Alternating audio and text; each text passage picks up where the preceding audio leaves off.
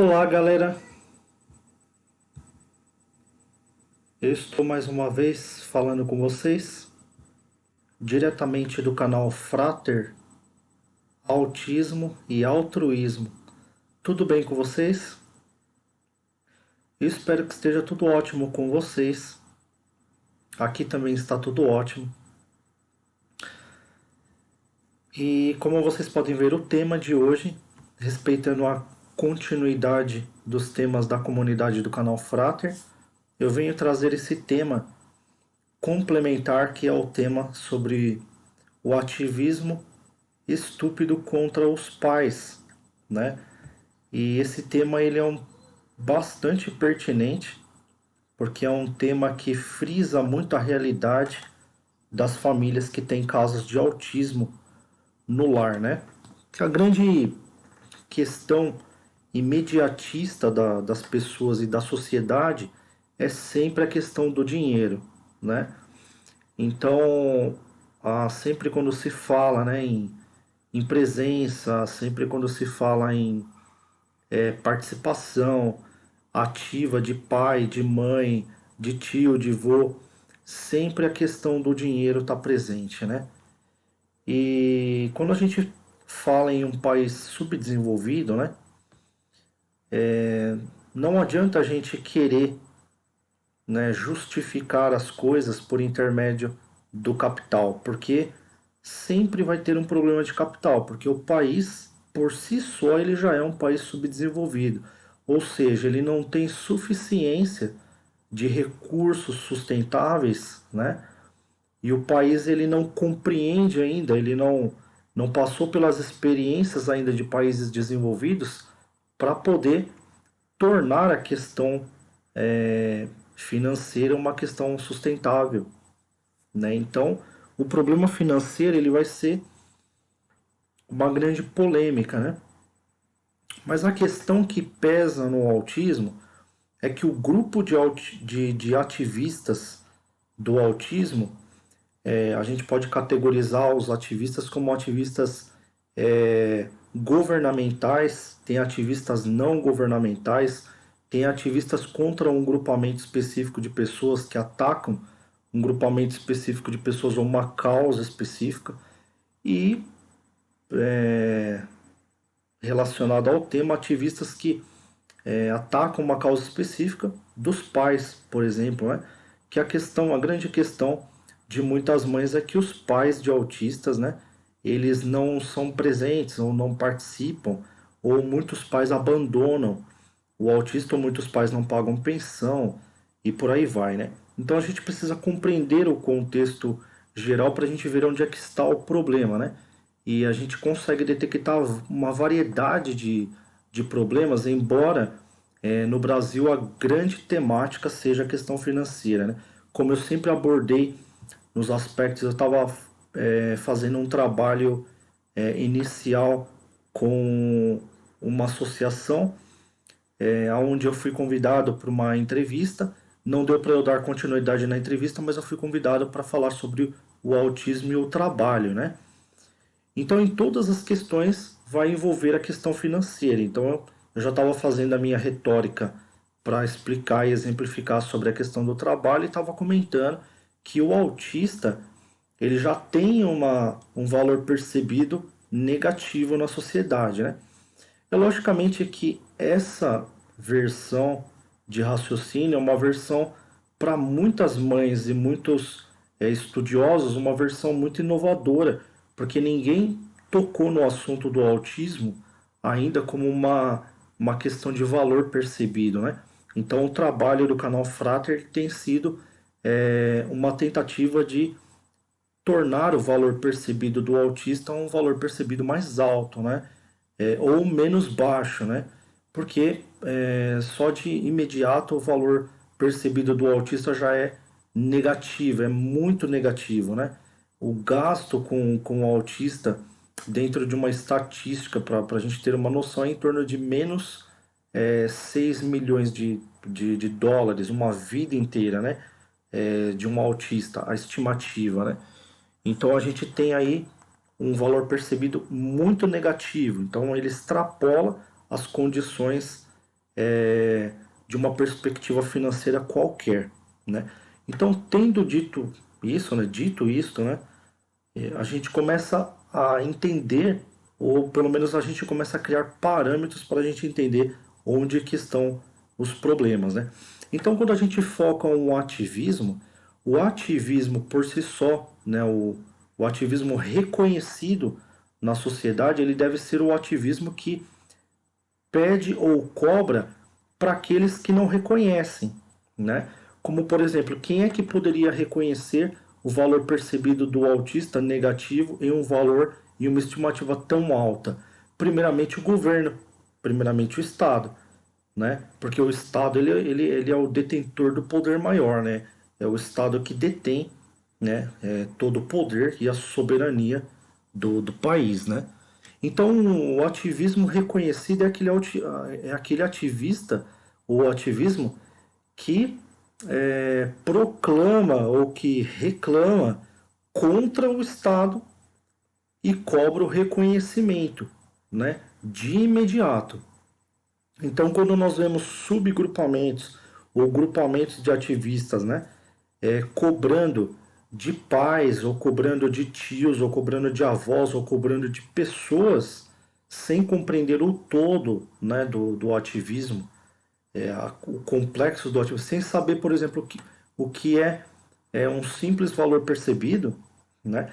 Então nós não temos nem noção daquilo que nós estamos cobrando, né? Nós estamos cobrando ou jogando uma responsabilidade, uma carga muito maior do que a devida para uma pessoa que não tem competência para aquilo ou não tem suficiência para aquilo. Você indignamente, né, cobrar isso de um pai, por exemplo, né, que não tem capacidade para se sustentar ou se autossustentar, né? É uma cobrança ativista improcedente, é uma cobrança ativista que não tem nexo, ou não vai resultar em nada, né? Você só vai ocasionar maiores danos na sociedade. Por quê? Porque o pai, né, ele não tem nem capacidade, por exemplo, se nós temos um pai que já não faz porque não tem capacidade, reclamar dele não vai torná-lo capaz.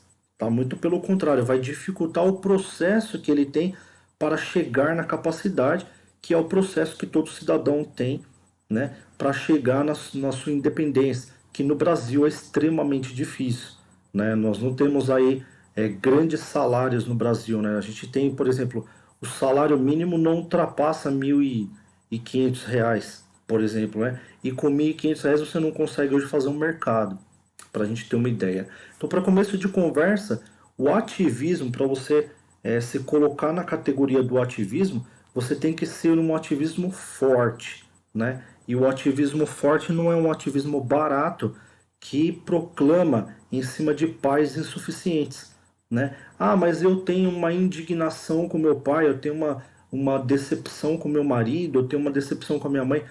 Não interessa, tá?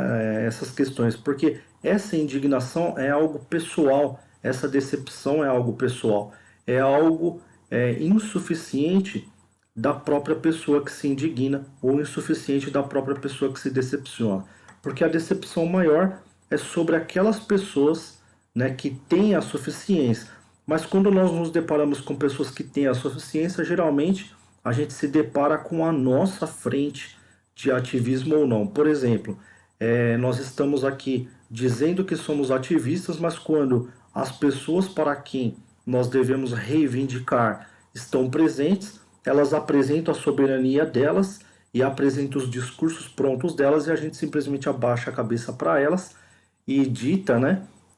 Ou deixa elas ditarem as ordens. Como eu vejo algumas mães, né, em palanques, por exemplo, né, aceitando muitas coisas que são impostas, né, pelo parlamento, né, por exemplo, né, e abaixando a cabeça para o parlamento, mas na hora de uma reivindicação precisa, não consegue ou não tem força para fazer a reivindicação precisa, porque falta o conteúdo, né, e o conteúdo, vamos colocar até um conteúdo apologético, né, um conteúdo mais filosófico e mais completo para poder ter uma substância do que reivindicar, né?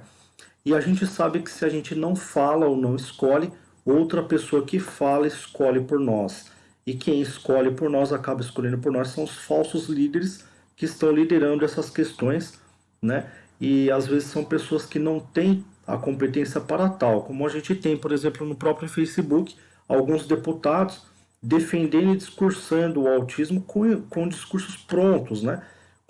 E agora a gente teve o rol da taxação, é, positivo para o empresariado, né? E a gente viu a população sofrendo uma derrota novamente.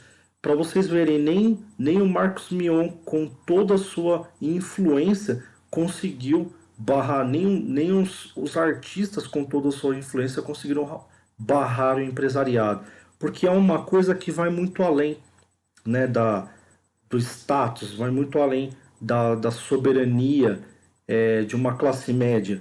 Ali é uma questão de convencimento, uma questão de liderança, uma questão de quem consegue persuadir, né, com a sua influência, com o seu talento, com a sua qualidade, né, de líder, né? Então a gente tem aí alguns líderes, né, que são pseudo-líderes, né, que fazem frente de repente de ativismo, mas não tem o conteúdo em si da reivindicação precisa, e a gente vai ter aí pequenos líderes que conseguem fazer pequenas coisas na sociedade, né, e sendo combatidos pela frente de, de ativismo, muitas vezes sendo altamente criticados por uma frente de ativista, como alguns pais que ainda conseguem fazer alguma coisa diante de alguma dificuldade, de algumas dificuldades apresentadas. Eu falo por experiência própria, porque eu sou um pai de autista, né? E eu vejo a grande dificuldade que é você, por exemplo, ter um tempo para viver com seu filho, né? Hoje, para vocês terem uma ideia, para você ganhar um salário de R$ 1.000, você tem que trabalhar numa escala de 14, né, ou 12 por um. Você tem que trabalhar 2 semanas para você ver com o seu supervisor qual dia você pode pegar uma dobradinha de folga, né? Então nós estamos falando aqui de uma família, né, ou de um pai de autista que não tem condição de estar com seu filho, né? A gente está falando de um ponto, né, onde dentro de uma variável, uma mãe, por exemplo, que cobraria uma presença do pai, esquece, né? Então, se uma pessoa para ganhar um salário mínimo, ele tem uma condição de uma escala de 12 para poder folgar dois, né, pegar uma dobradinha, ou 6 para poder pegar um dia, e esse dia é a combinar com seu supervisor, então uma pessoa que ganha R$ 2.000, essa pessoa ela não tem condição social. O trabalho, a responsabilidade dela vai ser muito maior. Então vamos colocar um contexto aqui de uma pessoa que ganha R$ 3.000. Essa pessoa, para ganhar R$ 3.000 ou fazer jus a ganhar R$ 3.000 em um país subdesenvolvido, é uma pessoa que não tem vida social absolutamente. E uma pessoa que ganha R$ 4.000 a R$ 5.000 daí para cima, né, que a gente pode categorizar como pessoas que fazem parte de uma elite, que são pessoas que raramente, né, vão conseguir manter-se no emprego, vão ter que fazer caras e bocas para conseguir manter no emprego, a competitividade para fazer parte de uma elitização nesse nível é grande, então a disputa é grande. Então, quando a gente coloca isso num contexto familiar, esse familiar que faz parte de uma elite diferenciada, de uma pessoa que ganha em torno de R$ 4 a R$ 5.000 por mês, essa pessoa não só não tem vida social, essa pessoa não tem a vida social e ainda tem pessoas competindo com ela e querendo tirar ela daquela condição de quem ganha R$ 4 a R$ 5.000.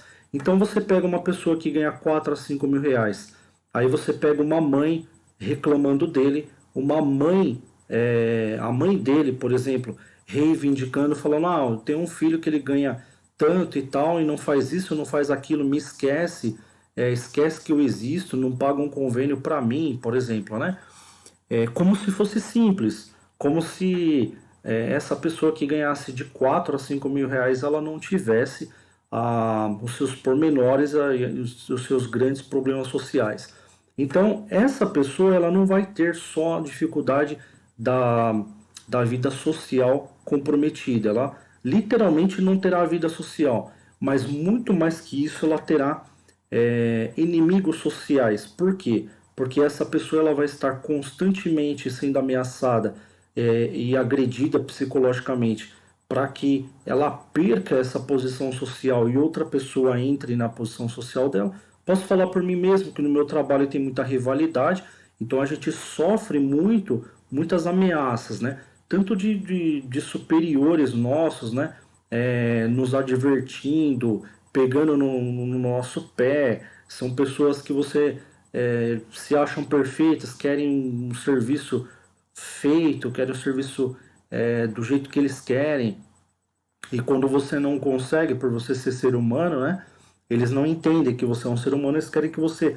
Se você ganha R$ 4 a R$ 5.000, não interessa, você tem que fazer e o negócio tem que sair perfeito. Se não sair perfeito, você vai ser completamente retalhado mesmo, tá? E a retaliação, ela é das mais severas, tá?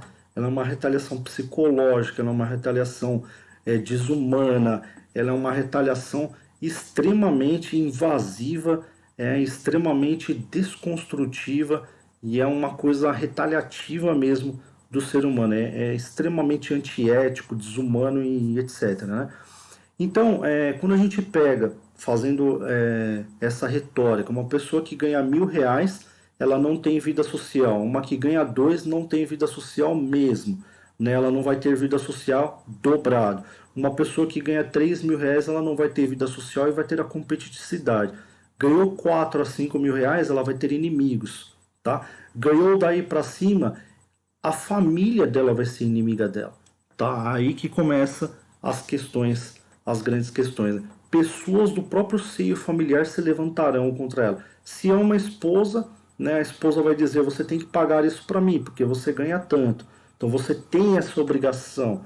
Então são pessoas que vão criar uma obrigação e vai impedir você, né, como um membro de uma elite, ou um membro elitizado, de você construir, né, um seio familiar. A construção do seio familiar, ela parte da compreensão do financeiro, né? O patrimoniado, que é o patrimônio familiar, ela parte da compreensão do financeiro familiar, né? Então, o ativismo estúpido contra os pais que adquirem um pé social elitizado, esse ativismo ele desconstrói e derruba a família. Ele vai ajudar com que aqueles que estão desconstruindo para poder tomar o lugar do pai que conseguiu uma posição social obtenham êxito nessa desconstrução. Então nós teremos aí ativismo de mães, ativismo de associações e ativismo de familiares dentro do contexto autístico, lutando contra um pai de família que está tentando estabelecer uma construção, né? Se você pegar, por exemplo, vamos pegar um exemplo aqui do Silvio Santos, não precisa ser agora que ele já tem a vida dele resolvida, mas vamos pegar no início da vida dele, onde ele tinha um pé na classe média. Tinha pessoas que desacreditavam dele, então ele precisou romper essas barreiras, deixar essas pessoas de lado, virar a cara para muitas pessoas e seguir com a sua convicção dentro do seu contexto de liderança para ele poder construir o patrimônio dele. Feito isso, quando você consegue estabelecer o pé dentro do rol que você gostaria de atingir, né, social, você vai começar a construir a sua família, o seu seio familiar, as pessoas e amigos que você, obviamente, mais confia e está dentro do seu ciclo, né, de pensamento e o seu ciclo construtivo social. Hoje nós temos, por exemplo, um Silvio Santos, que se ele diz uma coisa, né, se a pessoa, se uma pessoa der R$ 500 para ele, com esses R$ 500 ele consegue construir, por exemplo, um fluxo, né, de período aí, e de montante e de investimento de 1000% em cima dos R$ 500. Diferentemente de uma família que não dá respiro, não dá sossego para um pai de família, né? Pensar sequer em produzir um talento a mais, né? Então, quando a gente pega, por exemplo, em livros sagrados, né, onde o próprio Jesus Cristo diz assim: granjeai os seus talentos, né? Como que você vai granjear o seu talento, dobrar ele, se quando você está com o seu talento na mão, você tem inúmeros, centenas e milhares de pessoas como aves de rapina, fazendo com que aquele talento seja consumido, né? Então você não consegue produzir. Agora, quando você tem pessoas acreditando que aquele talento na sua mão, né, ele vai se tornar um patrimônio, essas pessoas elas vão fazer o esforço que forem, né? Mas elas vão esperar e aguardar. Eu tenho uma família que ela serve como muito exemplo, né?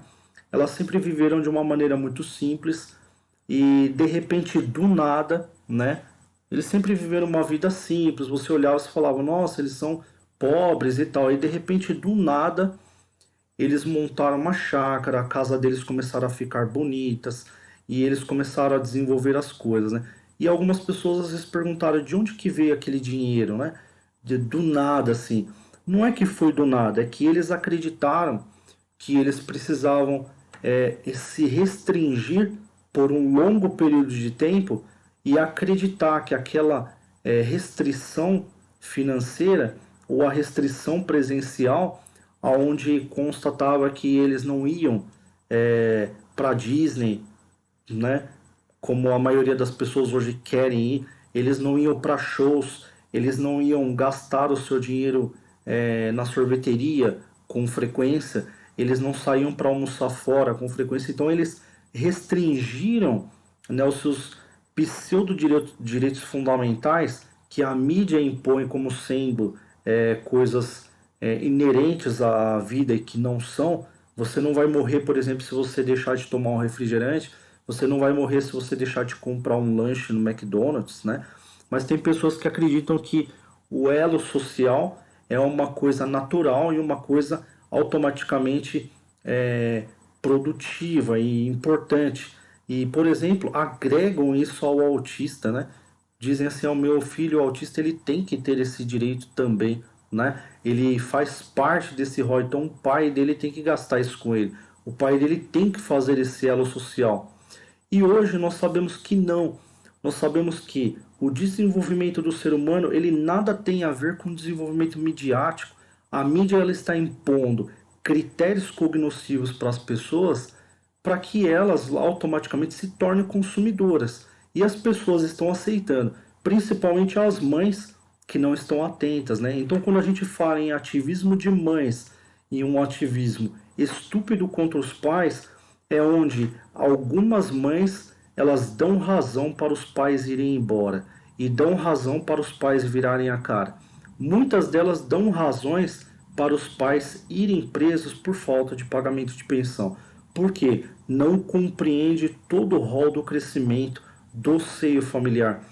Tem muitas mães hoje, por análises que nós fazemos da própria diferenciação histórica entre o desenvolvimento religioso pagão e o desenvolvimento religioso fundamentalista, né, que é um desenvolvimento religioso mais sério dentro de uma doutrina, onde você tem um período de doutrinação para depois você ter um período de resultados de doutrina e colhimentos de frutos daquilo que você deixou ou restringiu de si mesmo, ou se, entre aspas, consagrou, né, para poder obter alguns resultados.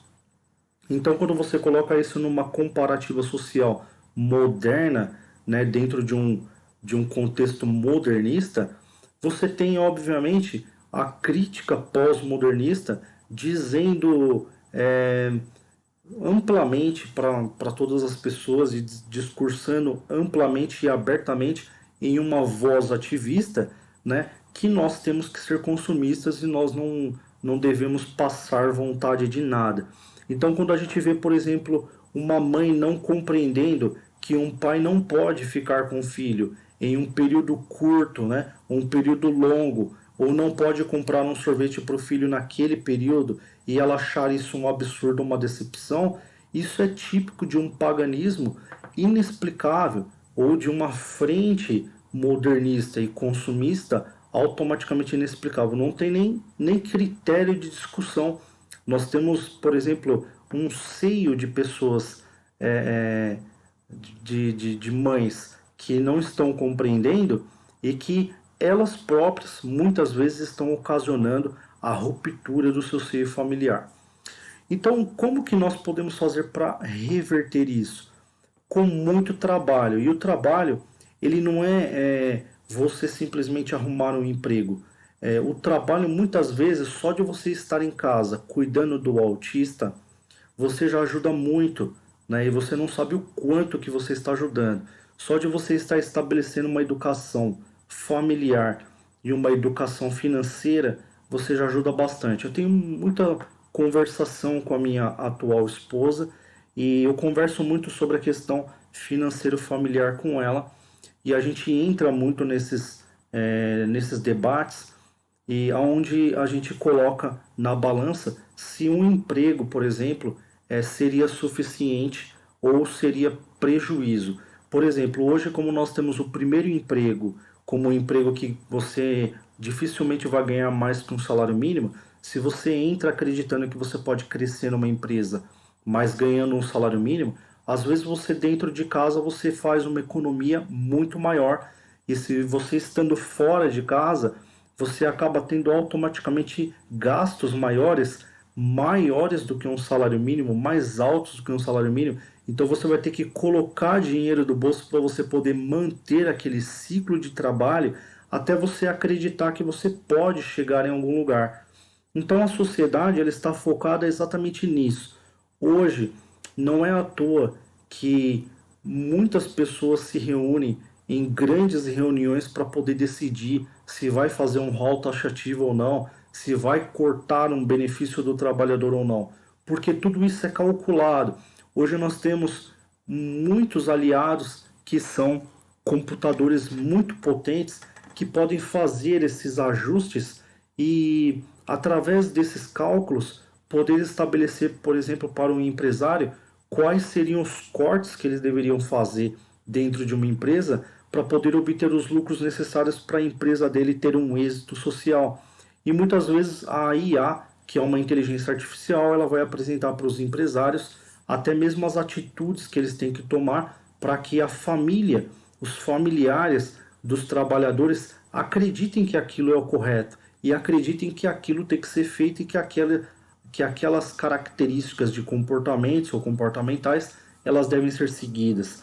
Então a gente tem que tomar muito cuidado porque o mundo ele está caminhando para uma semi-guerra fria em questão, né, aí de batalhas intelectuais. Hoje nós temos mães batalhando contra pais, quando na verdade o pai e a mãe eles deveriam estar batalhando contra o Estado maior que está restringindo os direitos da população.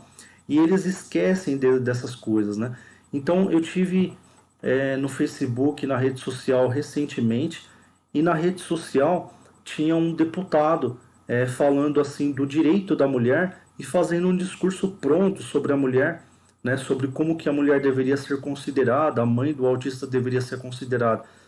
Poxa, mas espera aí, ele estava fazendo um discurso pronto, mas não apresentando absolutamente nenhum projeto ou nenhuma atitude, né, do governo para inverter isso financeiramente.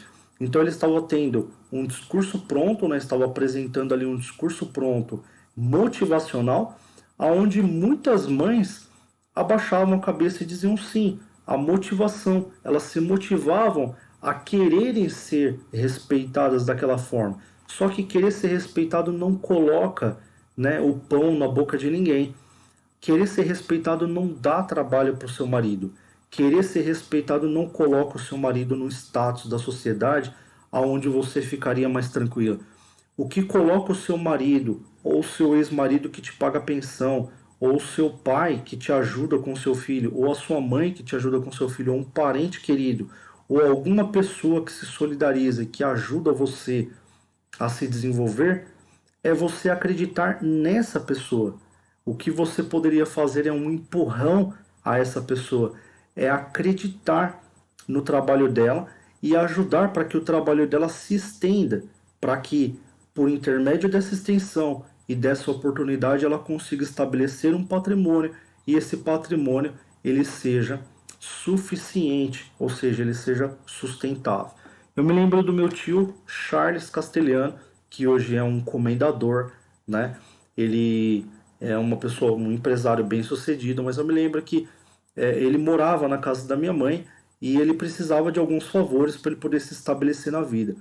Se ele não tivesse pessoas que acreditassem nele, que dissessem, não, eu acredito em você, eu vou te dar uma oportunidade, ele obviamente nunca teria conseguido. Então, o que faz as pessoas conseguirem são oportunidades de pessoas que acreditam em você.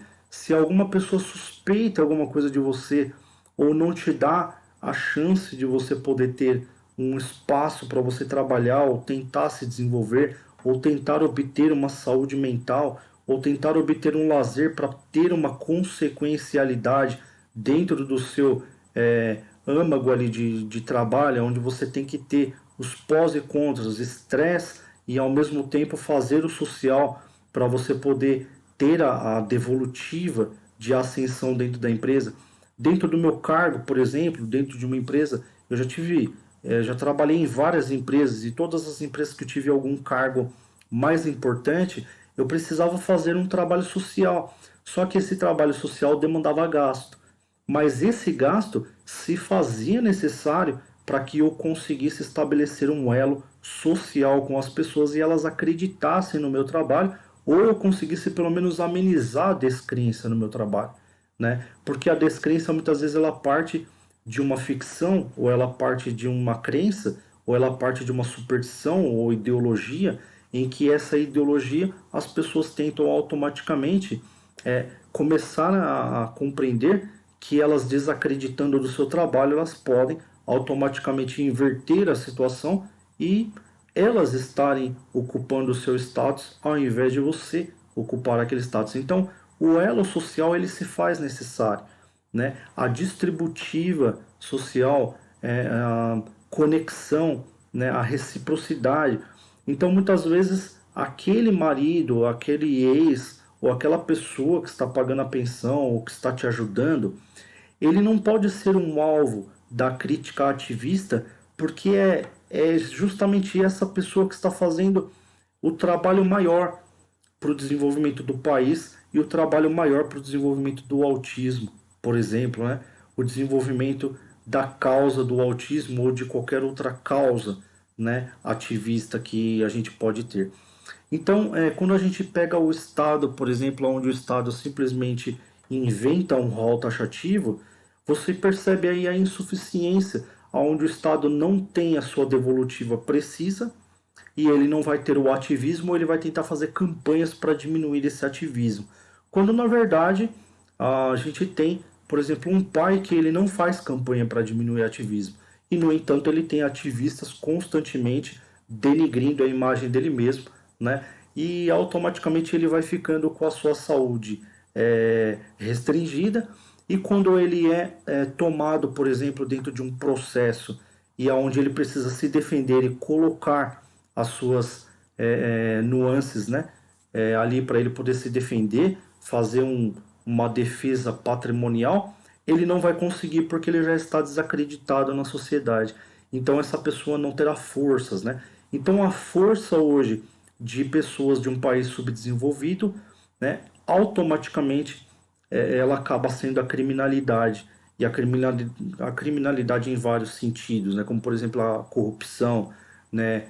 a, o propinato e um monte de consequências absurdas sociais.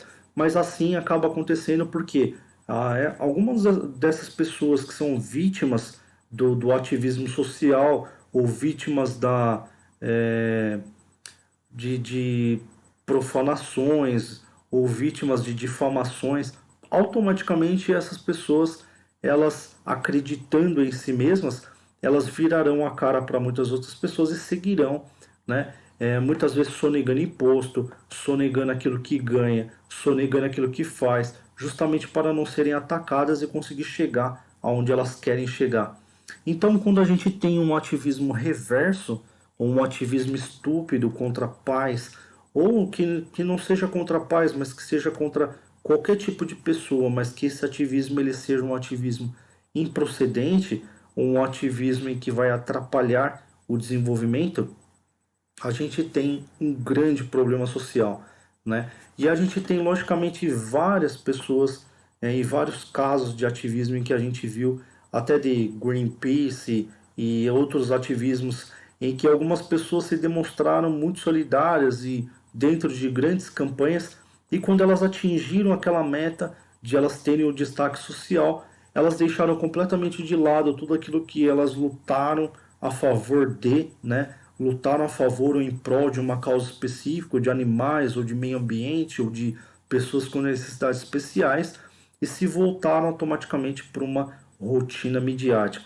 Onde a rotina midiática disse, agora que você obteve um destaque, eu vou te colocar dentro de um patamar de mídia para a gente fazer essa outra atividade e ganhar dinheiro com fluxo de mercado, né? Com fluxo de é, modelação. Então essas pessoas eram convidadas para posar em revista Playboy, outras pessoas eram convidadas para fazer propagandas e por aí vai. Então, quando uma pessoa utiliza o ativismo como uma ponte de ascensão, essa pessoa automaticamente acaba ocasionando uma ruptura, né, nesse crescimento pessoal. E a gente vê aí muitas vezes diversos pais lutando, arregaçando a manga. Eu mesmo sou vítima de vários ataques de ativismo, né? Justamente pelo fato de eu ser um pai de autista, né? E o autismo ele ser uma causa extremamente difícil, né? E uma compreensão completamente difícil, né? Tem pessoas, por exemplo, que acreditam piamente na religião, que hoje se chama ciência, né?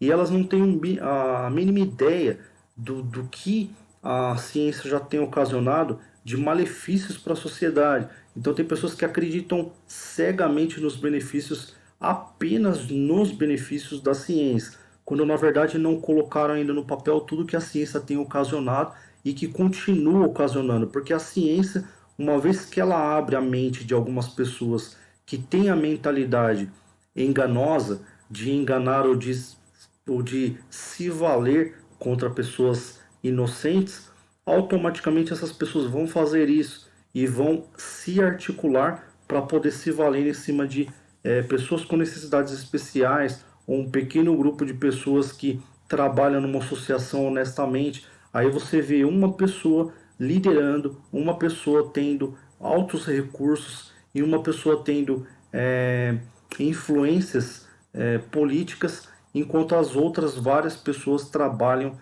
honestamente, né, e trabalham dentro daquele limite de miséria, né? Trabalham com recursos mínimos e trabalham em condições mínimas ou precárias.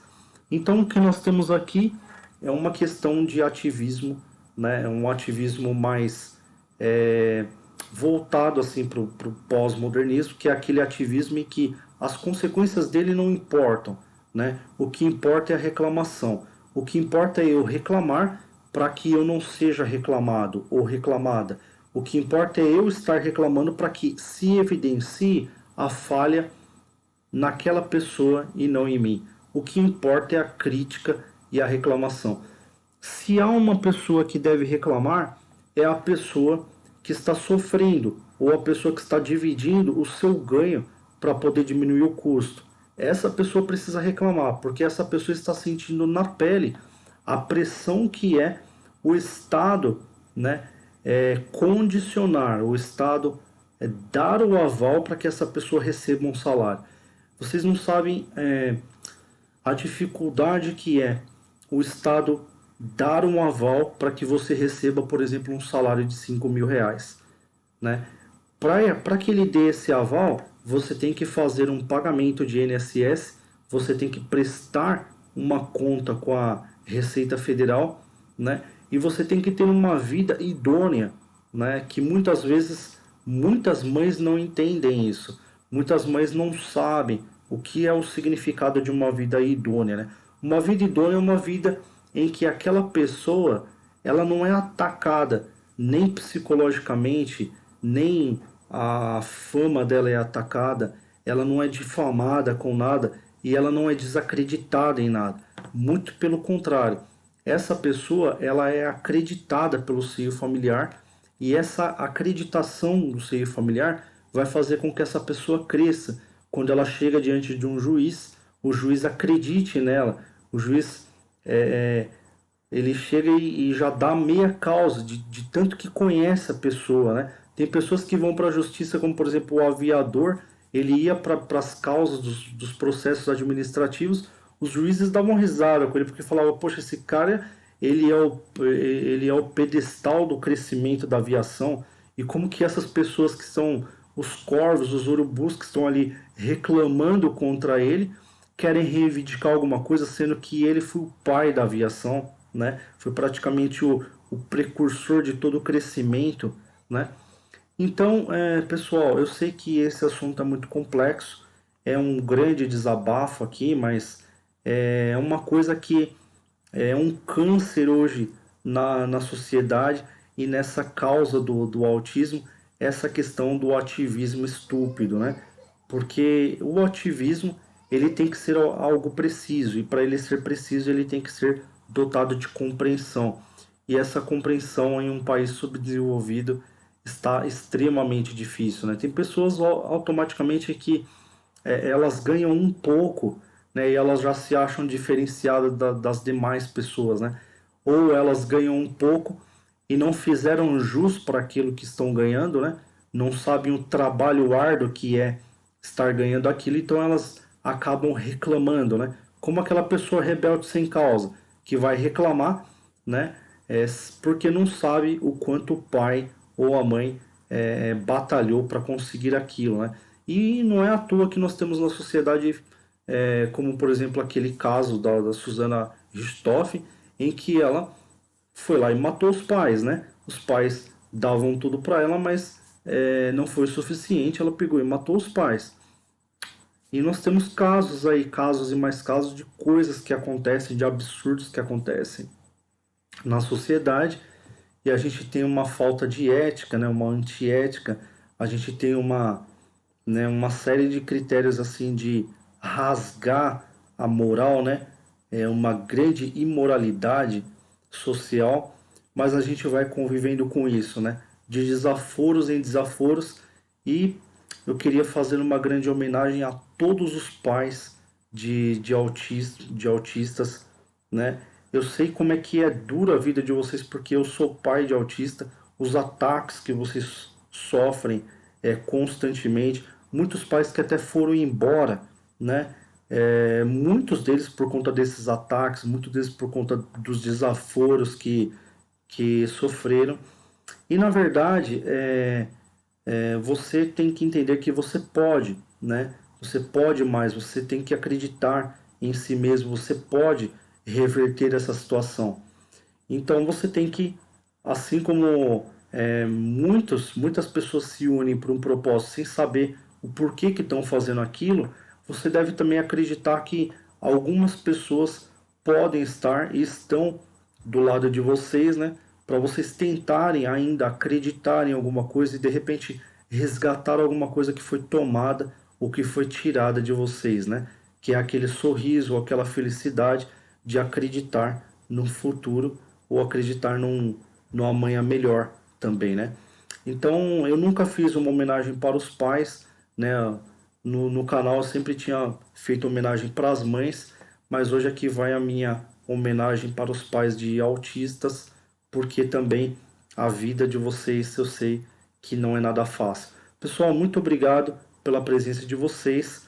Eu peço a vocês que vocês continuem ajudando esse canal, continuem ajudando, doando via Pix a quantia que vocês acharem que vocês devem doar, que vocês devem ajudar o canal. Continue se inscrevendo, dando seus joinhas, clica no valeu para demonstrar que você gostou desse vídeo e que você gostaria de mais vídeos assim.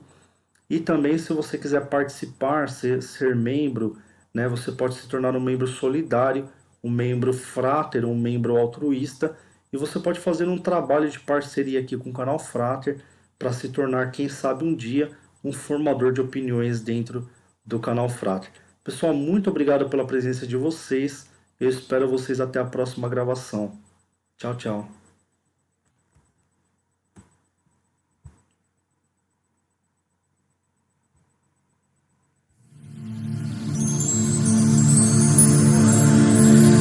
Oh